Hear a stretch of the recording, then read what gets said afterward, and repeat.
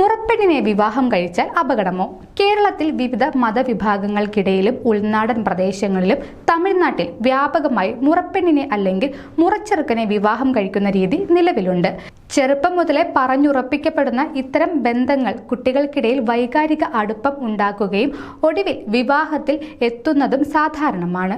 എന്നാൽ ഇത്തരം വിവാഹങ്ങൾക്ക് പിന്നിലെ അപകടങ്ങൾ പലരും അറിയാറില്ല. മുറപ്പെണ്ണിനെ അല്ലെങ്കിൽ മുറച്ചെറുക്കനെ വിവാഹം കഴിച്ചാൽ ഉണ്ടാകുന്ന കുഞ്ഞിന് ജനിതക വൈകല്യങ്ങൾ ഉണ്ടാകാൻ സാധ്യതയുണ്ടെന്ന് വിദഗ്ധർ മുന്നറിയിപ്പ് നൽകുന്നു. അടുത്ത രക്തബന്ധമുള്ളവർ വിവാഹിതരാകുന്നത് വഴി ജനിക്കുന്ന കുട്ടികളിൽ ജനിതക വൈകല്യങ്ങളും പാരമ്പര്യ രോഗങ്ങളും ഉണ്ടായേക്കാം.